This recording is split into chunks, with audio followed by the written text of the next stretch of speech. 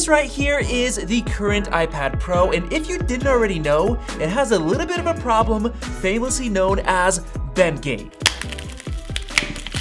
Yep, this thing is incredibly fragile, and while some people would defend it, saying that no one in their right mind would actually do this in the real world, well, you're right. But what you might not know is that these iPad Pros were actually bending with no intentional pressure being applied to them. They just somehow happened to bend while in someone's bag or backpack. So the problem comes down to Apple making their iPad Pro's display too large, up to 12.9 inches, while making the chassis too thick, only 6.4 millimeters. But thankfully, Apple's brand new M3 iPad Pro is coming at next month's March event, so they can finally solve this issue and make it just a little bit thicker and stronger.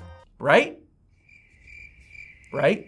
Wrong. Apple's not only making the display size even bigger, but they're making the new iPad Pro thinner. Much thinner. 22% thinner to be exact. So in this video, I'm gonna explain 5 reasons for why Apple is making a huge mistake with their new M3 iPad Pro's design. But first, I wanna give you guys some perspective on just how thin this new iPad Pro is gonna be when it gets released before the end of March. According to 9to5Mac, Apple's brand new iPad Pro is getting a redesign that's gonna be significantly thinner because of the switch to brand new OLED display technology. Specifically, the new 13-inch iPad Pro is gonna be almost a millimeter taller, about half a millimeter wider, but dramatically thinner, down to just 5.0 millimeters thick from the current 6.4 millimeters. So just to give you guys some perspective on how thin this will actually be, the thinnest Apple device ever made was the 7th generation iPod Nano, sitting at just 5.4 millimeters thick.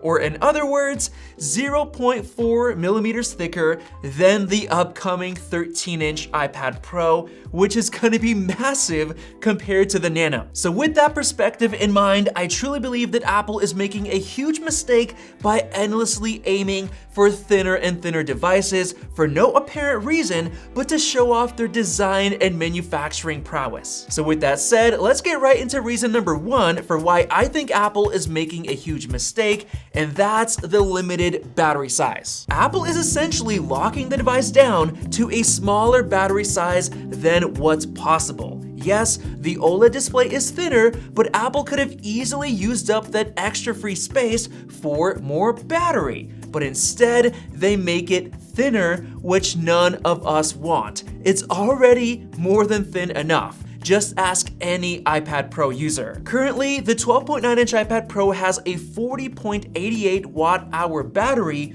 which is drastically lower than the legal limit of 100 watt-hours of battery power that you can take onto a flight. So there is so much extra room for a larger battery, 1.4 millimeters, that they're cutting out. So in my eyes, it was a mistake for Apple to choose thinness over battery life. For reason number 2, we have performance and thermal limitations. Apple has so far been able to keep the thermals of the iPad Pro under control, especially with the M3 chip, using around the same amount of power as the M2, but only because they switched to a new efficient 3nm architecture. But the fact that Apple is making the iPad Pro even thinner is cause for concern because we were able to get the M3 chip to throttle in the 14-inch MacBook Pro with a single fan. But the iPad Pro is obviously fanless, and it's about to be 5.0 millimeters thin. The only thing stopping the iPad Pro from having thermal throttling issues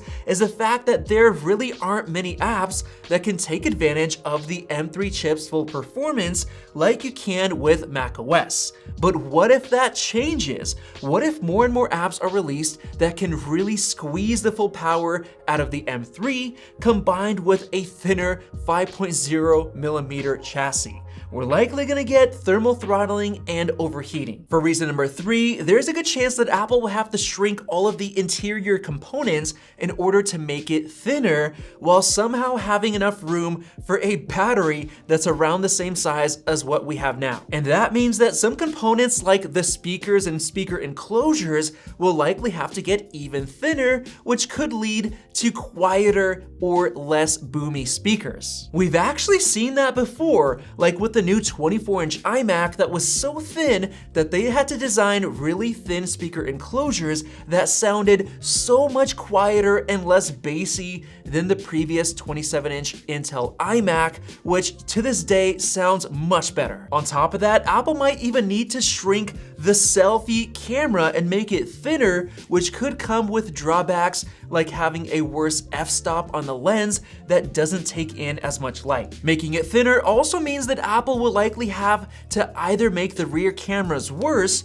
or keep them the same and make the camera bump thicker, stick out more, and that's gonna cause the device to wobble on a table. Moving on to reason number 4, we have a certain leak that I've personally been super excited about, and because of this new thinner design, I don't think that it's gonna be possible anymore. Yes, I'm talking about wireless MaxSafe technology being built into the back of the iPad Pro, which has been rumored and leaked for years now, with features like reverse wireless charging your AirPods that were supposed to come. But because of the 5.0mm thickness, I don't think it's possible. I looked up Apple's guidelines for Apple devices and discovered that the MaxSafe magnets themselves are 0.55mm thick, but that doesn't account for the charging coil, the copper graphite shield, or any of the other components. So imagine trying to fit a MaxSafe module, the new OLED display, the battery, and the back metal housing that's strong enough to stop bending, all within 5mm. I simply don't think it'll work. And reason number 5 is the most obvious one, which is of course bend gate. If the current iPad Pro already bends at 6.4mm thick, just imagine how much easier it would be to bend the new 5mm iPad Pro. We're probably gonna be getting tons of people making bend test videos as soon as it comes out, likely being easier than ever to bend because I don't think they'll be able to make the chassis strong enough to withstand it. But the most worrying part of all is that it's gonna be more susceptible to unintentional bends when you, let's say, accidentally drop your iPad on the floor, probably from not even a very high height, or throw it into your backpack and the weight of your textbooks or your other goods might just push on one of the corners a little bit too hard and bam, you have a bent iPad Pro. So with that said, I think there are simply too many drawbacks to having an iPad that thin, and Apple could have easily made better use of that extra 1.4mm of thickness and done something better with it, like putting in a much bigger battery. But you let me know your thoughts down in the comment section below and click that circle above to subscribe for more videos like this one. Definitely check out one of those two right over there. Thanks for watching, and we'll see you in the next video.